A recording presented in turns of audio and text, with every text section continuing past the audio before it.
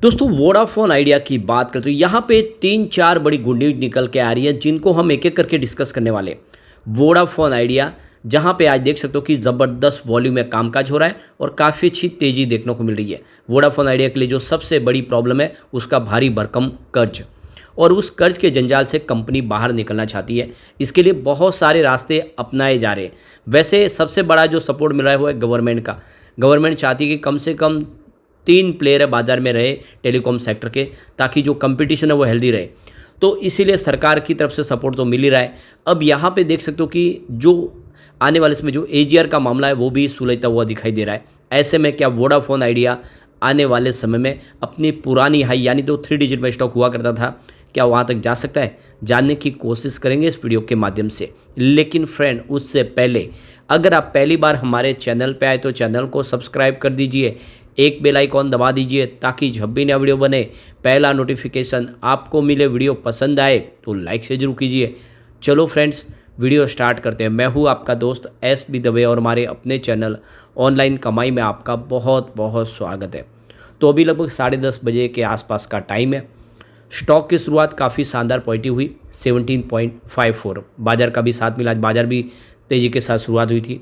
Nifty ने आज एक ऑल टाइम हाई बनाई। क्लोजिंग वोडाफोन आइडिया की देख लो कल की 16.68 के आसपास थी। इंट्राडे में 16.93 का लो बना, यानी स्टॉक थोड़ा नीचे जरूर गया लेकिन गिरावट बिल्कुल नहीं हुई और वहाँ से अच्छी खासी खरीदारी देखने को मिली। तो 17.67 का इसने हाई बना दिया। इस समय स्टॉक 17.13 के आसपास दिखाई दे रहा है। 2.70% की तेज़ी देखने को मिली। यहाँ पे गौर करने वाली बात है कि बहुत सारे इन्वेस्टर जिन्होंने निचले लेवल से खरीदारी की है वो हर तेज़ी पे बिकवाली करते हैं, क्योंकि बाजार भी ऑल टाइम हाई पे उनको लग रहा है कि कहीं गिरावट ना हो जाए। वॉल्यूम भी यही इशारा कर रहा है। सुबह सुबह बहुत ज़बरदस्त वॉल्यूम हो चुका है। पिछले एक महीने पहले इसका 100 करोड़ का वॉल्यूम था। 32 करोड़ की डिलीवरी उठाई गई थी। 1 वीक पहले 55 करोड़ का वॉल्यूम था, सामने 20 करोड़ की डिलीवरी उठाई गई थी। कल 57 करोड़ का वॉल्यूम था, 18 करोड़ की डिलीवरी उठाई गई थी। लेकिन आज सुबह सुबह ही 10 बजे के पहले 68 करोड़ का ज़बरदस्त वॉल्यूम हो चुका है। और ये जो वॉल्यूम बढ़ रहा है वो इशारा कर रहा है कि ये 100 करोड़ को आज क्रॉस कर जाएगा, यानी वॉल्यूम टॉपर बना हुआ है। और देख सकते हो कि आज GTL इंफ्रा के पास नंबर 2 पे है वोडाफोन आइडिया। अब आप देख ही सकते हो कि लोग यहाँ पे अच्छी खासी खरीदारी भी करें, और इसके पीछे जो सबसे बड़ा जो रीज़न निकल के आ रहा है, सुप्रीम कोर्ट ने वोडाफोन आइडिया के एजीआर के मामले को सुनने की हामी भर दी है। तो देख सकते हो कि इसका बिल्कुल पॉजिटिव असर देखने को मिला है। तो वोडाफोन आइडिया के एजीआर के बकाया में कैलकुलेशन में गड़बड़ियों को ठीक करने के लिए वोडाफोन आइडिया की याचिका लिस्ट करने के लिए सुप्रीम कोर्ट विचार करने को तैयार है, यानी सुप्रीम कोर्ट इस मामले को सुनने को तैयार दिख रहा है। CJI ने संकेत दिया है कि इस मामले को सूचीबद्ध करने पर जल्द ही निर्णय लिया जाएगा, यानी चीफ जस्टिस ऑफ इंडिया की तरफ से कहा है कि जल्द ही इस मामले की सुनवाई हम कर सकते हैं। तो सीनियर एडवोकेट हरीश साल्वे ने VI की ओर से एजीआर बकाया मामले में अपने क्यूरेटिव याचिका की तत्काल सूचीबद्ध करने की मांग की थी कि जल्द से जल्द इस मामले की सुनवाई की जाए। तो संभावित ऋणदाता कंपनी की सटीक देनदारियों पर स्पष्टता चाहते हैं हरीश साल्वे, यानी क्लियरिटी चाहते हैं कि आखिर एजीआर बकाया कितना है। तो कंपनी पर फिलहाल जो एजीआर बकाया है सरकार का वो 70,300 करोड़ के आसपास है, जबकि वोडाफोन आइडिया का जो कैलकुलेशन है उसके हिसाब से जो बकाया एजीआर वो आधा ही है लगभग। तो अगर याचिका सफल हो जाती है, एजीआर बकाया जो वोडाफोन आइडिया के हिसाब से मान लिया जाता तो फिर जो रकम होगी वो 30,000 करोड़ से लेकर 35,000 करोड़ तक हो सकती है, कम हो सकती है, यानी आधी हो सकती है। तो इस समय अगर आप देखें तो एजीआर को फिर से अच्छे से कैलकुलेट किया जाए तो जो रकम चुकानी है उसकी आधी ही रकम चुकानी पड़ेगी। तो ये बहुत बड़ी एक राहत मिल जाएगी वोडाफोन आइडिया को, जिससे वो अपने बिजनेस को अच्छे से आगे बढ़ा पाएंगे। तो सरकार भी इस मामले में चाहती है कि जल्द से जल्द निपटारा हो जाए, और वोडाफोन आइडिया भी इस पूरे मामले से बाहर निकलना चाहते हैं। तो अगर सुप्रीम कोर्ट से राहत मिल जाती है तो यहाँ पे एक अच्छी तेज़ी देखने को मिल सकती है। एक और बहुत बड़ी गुड न्यूज़ निकल के आ रही है। RVNL, वोडाफोन आइडिया और प्रेस्टीज स्टेट ऑयल इंडिया जैसी कंपनियां MSCI इंडेक्स में शामिल हो सकती है। मॉर्गन स्टैनली के ग्लोबल इंडेक्स में बंदी या संभावना हो रही है कि ये शामिल हो सकते हैं। तो देख सकते हो कि ग्लोबल स्टैंडर्ड इंडेक्स है मॉर्गन स्टैनली का, तो नोमा अल्टरनेटिव की तरफ से जो अंदाज़ा लगाया है कि ये जो कट ऑफ डेट की कैलकुलेशन के हिसाब से वोडाफोन आइडिया यहाँ पे देख सकते हो कि आने वाले समय में MSCI इंडेक्स में शामिल हो सकता है। तो यहाँ पे नोमा अल्टरनेटिव का कहना है कि 13 अगस्त को इसमें बदलाव होगा ग्लोबल इंडेक्स के अंदर और 30 अगस्त से वो इस इंडेक्स का हिस्सा बनेंगे। तो यहाँ पे देख सकते हो कि वोडाफोन आइडिया प्रबल दावेदार है एमएससीआई इंडेक्स में जाने के लिए। अगर वोडाफोन आइडिया एमएससीआई इंडेक्स का हिस्सा बनेगा तो करीब 1.2 बिलियन डॉलर का नया इन्वेस्टमेंट फॉरेन आ सकता है, जो फॉरेन इन्फ्लो है वो उसमें वोडाफोन आइडिया में आ सकता है।